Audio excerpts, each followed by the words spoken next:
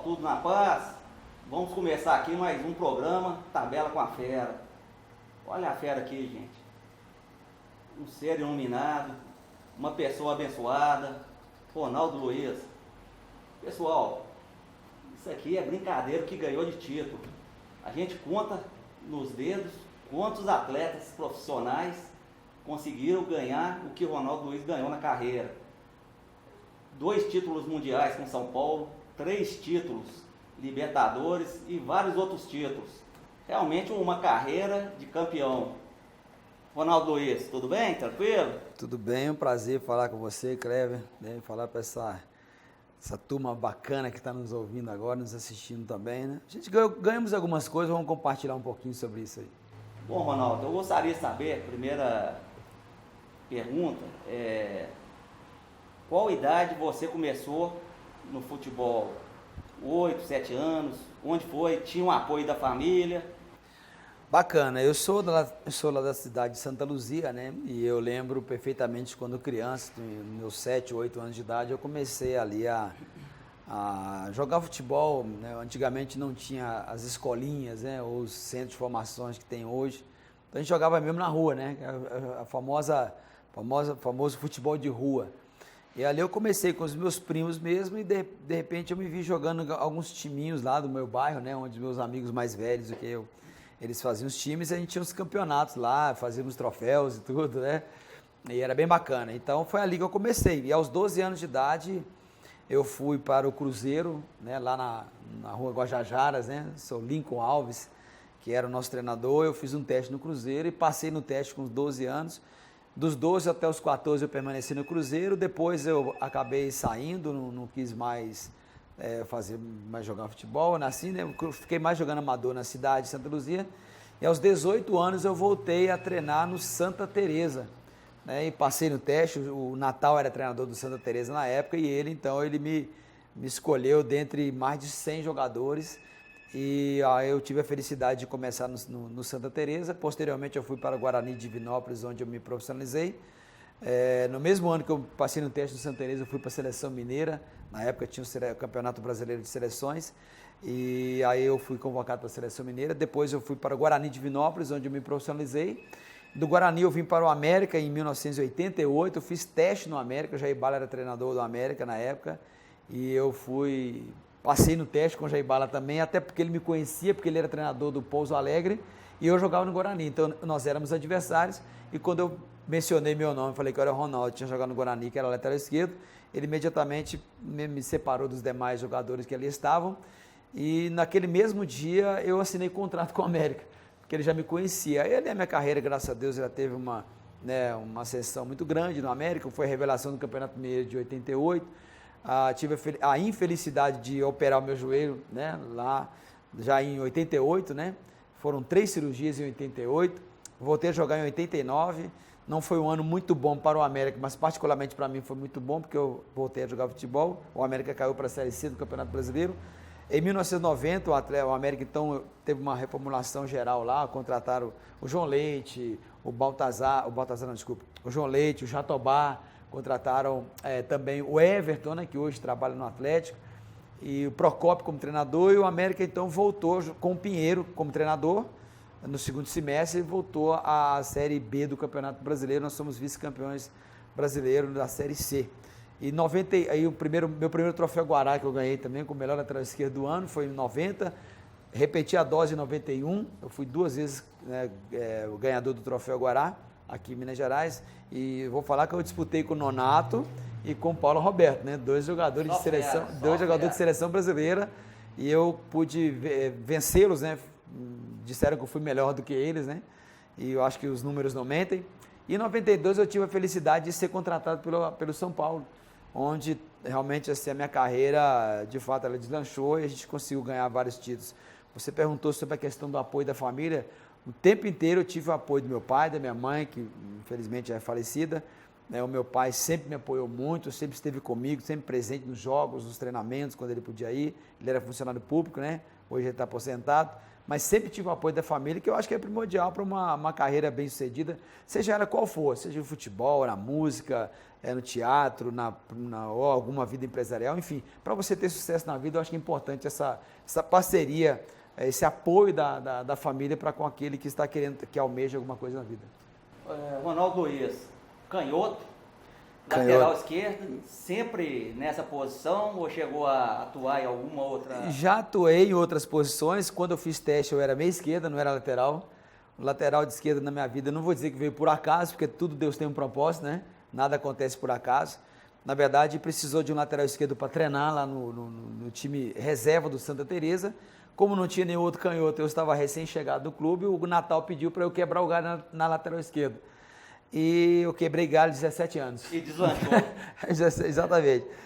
Ronaldo, a gente tem uma estatística no futebol, uma curiosidade, é o seguinte, você, em várias partidas, vamos citar uma que foi a decisão com o Barcelona, você tirou um gol aos 44 minutos lá dentro, que poderia ter tirado o título do São Paulo.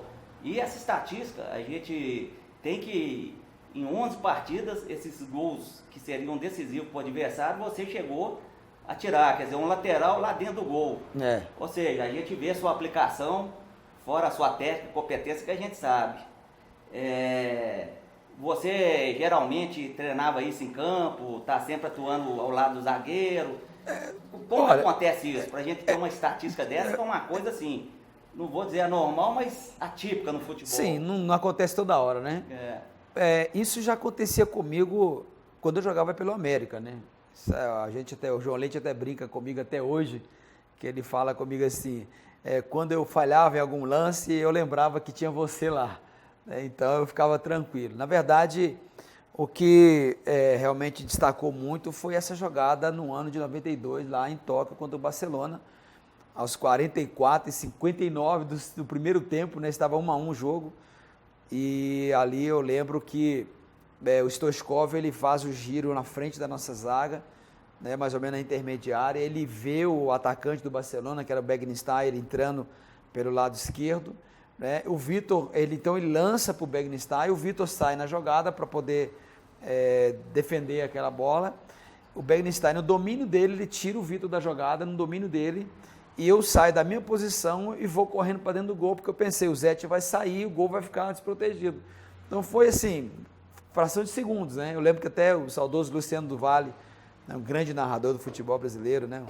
Eu lembro que ele fala assim na narração, Ronaldo Luiz teve a percepção do lance, e de fato isso aconteceu, porque parece que eu via o que aconteceu, parece que eu já estava vendo o que ia acontecer. Então eu fui para dentro do gol e eu tive a felicidade de estar no momento muito importante do jogo e no lugar exato, que é exatamente dentro do gol, onde eu pude tirar aquela bola, que talvez, se a gente levasse o segundo gol ali, eu não sei se teríamos condições psicológicas para voltar e reverter a situação. Então, agradeço a Deus por isso. Enfim, na verdade, a rede social, né, que falam da gente, eles falam que são 11 vezes, mas na verdade foram 15 vezes, né?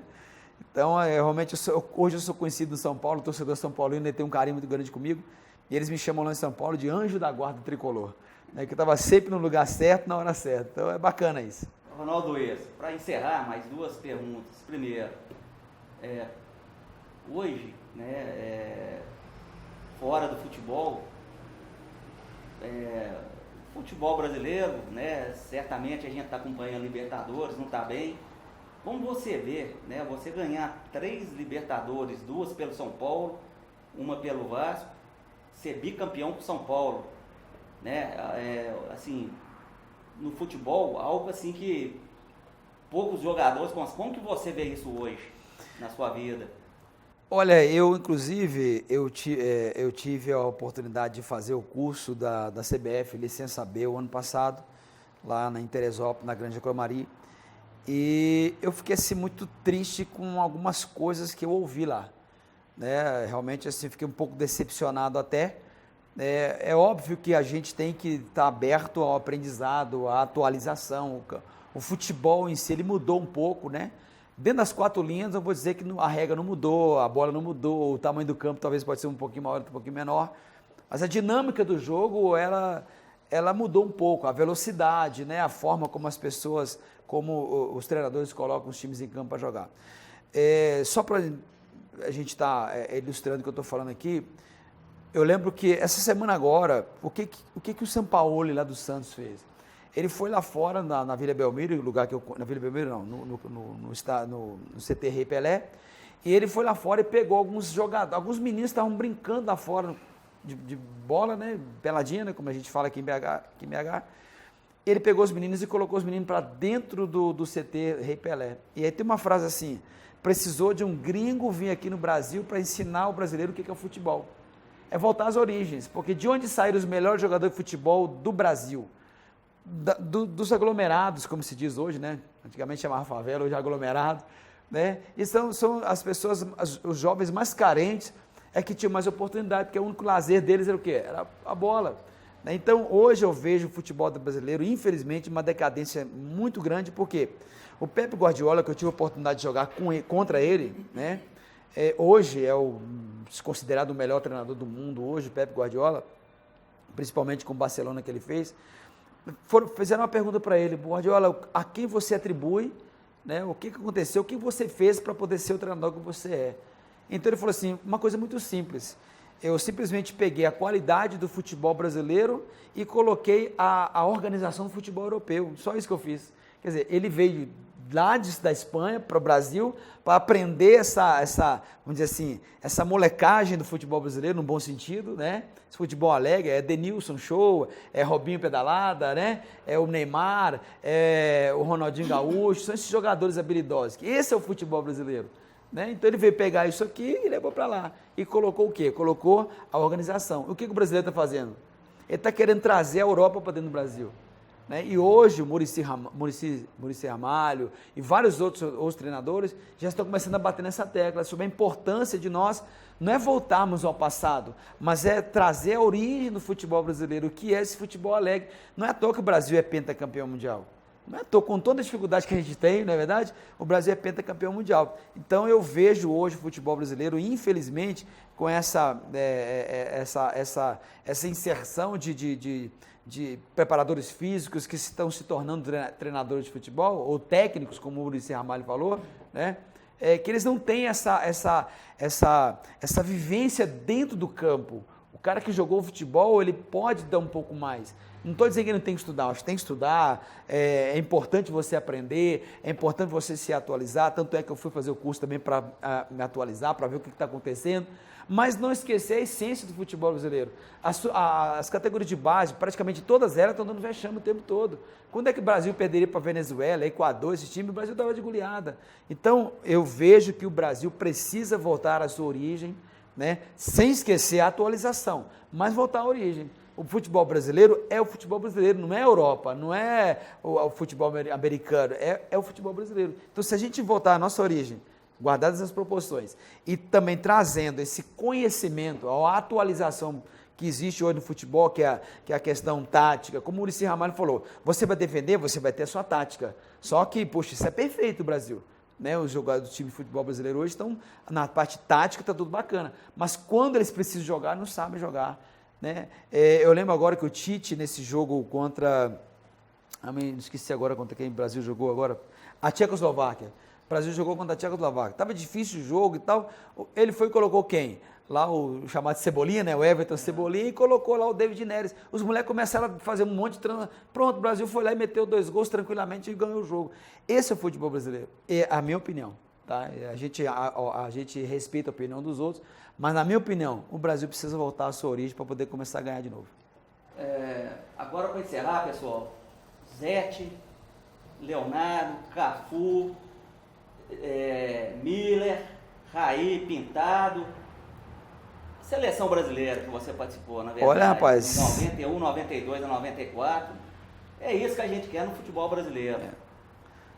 O São Paulo foi a base, né, da seleção brasileira por muito tempo. Né? Quando eu cheguei lá, tinham 7 jogadores na seleção brasileira. Né? Então, eu fui para um time diferenciado e jogar com jogadores como esse, que é o Cerezo, o Palinha. Nível mundial. Nível mundial, né? O Miller, o Cafu, o Penta, né? Capitão do Penta, né? Então, assim, eu vou dizer assim, que Deus olhou para mim e falou assim, agora é sua hora. Você Me é abençoou, abençoado, com você é certeza. abençoado. E finalizando aqui, foram ao longo de 17 anos, 23 títulos conquistados. Pessoal, vamos aqui encerrando mais um programa, Tabela com a Fera. Agradeço aqui esse atleta mundial, esse atleta que representou o Brasil, trouxe títulos, né? E várias equipes que participou, principalmente São Paulo. Obrigado, viu, Ronaldo Luiz? Bacana demais. Eu que agradeço a oportunidade de estar falando para vocês aqui. Bacana demais esse, né, Tabela com a Fera, isso mesmo? É o nome do programa? Tabela com a Tabela Fera. com a Fera. Não sei se eu sou tão fera assim não, mas acho que a tabelinha foi bacana e eu agradeço a oportunidade. E se eu puder, eu vou convidar você que está nos assistindo aí, né, para quem sabe um dia vir aqui na igreja, conhecer um pouquinho mais do ex-atleta e hoje pastor Ronaldo Luiz. Estamos aqui na Avenida Presidente Tancredo Neves, no bairro Castelo, cultos aqui todos os dias, principalmente quarta-feira, sexta-feira, 19h30, domingo às 10 e às 18 horas, você me encontra aqui. Vem aqui para você ver. Abraço, pessoal, até o próximo. Valeu, um abração, obrigado aí.